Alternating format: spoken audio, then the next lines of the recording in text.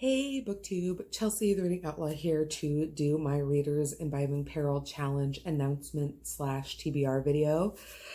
Oh man, you guys, if you have been around this channel or following me on the internet for like any length of time, you will know that RIP, Readers Imbibing Peril, is one of the few reading challenges that I have been doing like almost every year, almost since its inception. I think I've done like 10 of the 14 or something crazy like that. I love this challenge. I love horror and dark fantasy and the thrillers and all of the things that this challenge is about. This challenge is like the official kickoff of fall to me. It ushers in all of those like feelings of like cozy sweaters and nights getting earlier and crisp fall leaves and all those things that like you guys do. We all do the Tumblr aesthetics for. You guys know how it is. So if you are unfamiliar, RIP, Readers Imbibing Peril, is a reading challenge, celebration, community building activity that runs from September 1st to October 31st through Halloween.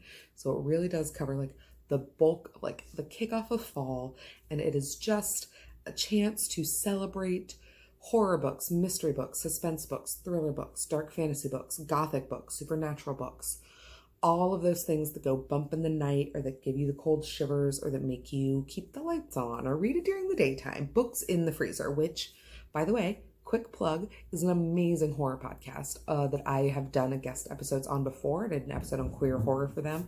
We'll link it down below. They are an absolute great recommendation source. But yeah, there are several different like, sorry if you can hear that upstairs. It's my husband working from home on our creaky floors. But yeah, there are many levels of participation because the whole goal is just to read a book that falls in those genres. Like at the end of the day, that is the goal. And so the levels are at Peril the First, you read 4 books, which is basically every other week you read a book in one of those like categories that I mentioned. I am actually going to be hoping to read like a book a week. So I am going for 8 books. That's my goal.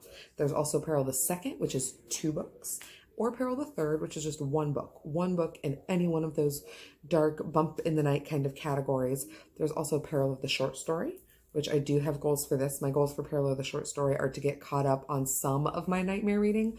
According to my Kindle, I have a shameful 21 issue backlog of Nightmare Magazine. I'm hoping to get through like 10% of that. So if I can get through like 2 back issues, I will be happy. I also have 4 back issues of The Dark Magazine, which is a new kind of horror, dark fantasy, dark spec fic magazine that's edited by Sylvia Moreno Garcia, who does amazing horror stuff. So I will link both of those down below. I'm hoping to get all caught up on The Dark Magazine, and like I said, kind of at least a little caught up on my backlog of Nightmare Magazine. After that is The Peril of the Screen. We, of course, will be going to see It Part 2. I will also be rewatching It Part 1. I have not decided if I'm going to live tweet it yet, but that will definitely be happening.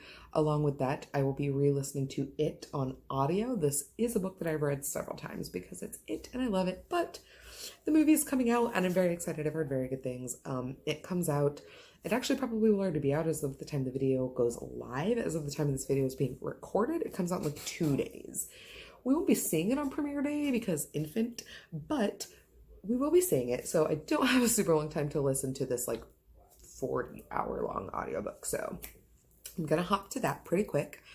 There's also Peril of the Review, which is going and leaving a review on the Readers Imbibing Peril website, which I'll link down below, or a link to where you reviewed it on Twitter, Goodreads, wherever it is that like you review. I don't know if I'll be doing this. I probably will because I'm hoping to get back into the process of writing reviews down. But this is more for like people who are participating on like a blogging, social media, Goodreads, like kind of level.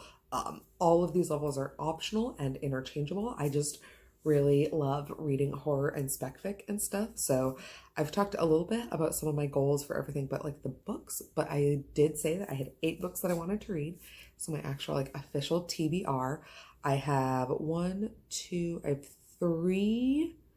nonfiction books and 5 fiction books. So Alexis Hall, who writes male romance books that I absolutely adore, has a new supernatural, urban fantasy, maybe, I can't tell. By the cover copy, it sounds like the protagonist is bisexual, but I can't really tell, so I will report back.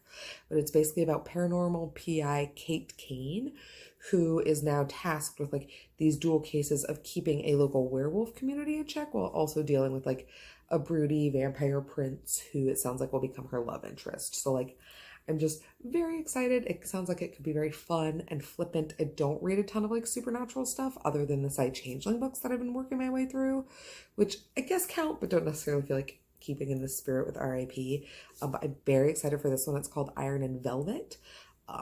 Next up in my fiction list is called Scheppers Warning by Kaylin Lloyd. This sounds terrifyingly fun in the vein of like Horror Store by Grady Hendrix, which was a horror novel told in the store, like the style of an IKEA catalog.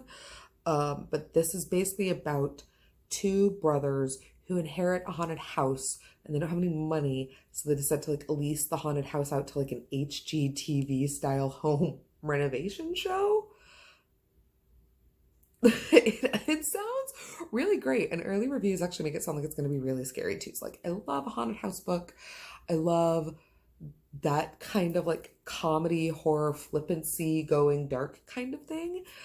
Speaking of haunted houses, my next book, Lestat by A.M. Kerbosh. This sounds like kind of a trippy, dark, fever dream, fantasy-esque, it's called psychological gothic horror in the cover copy. And it's about this guy named Greg, and he's going to investigate this haunted house and the wilderness and the local community surrounding it and what's going on with all of that. And it just sounds like it's going to be twisty and turny and creepy and trippy. And like, I am here for all of those things and a really great haunted house story on top of it.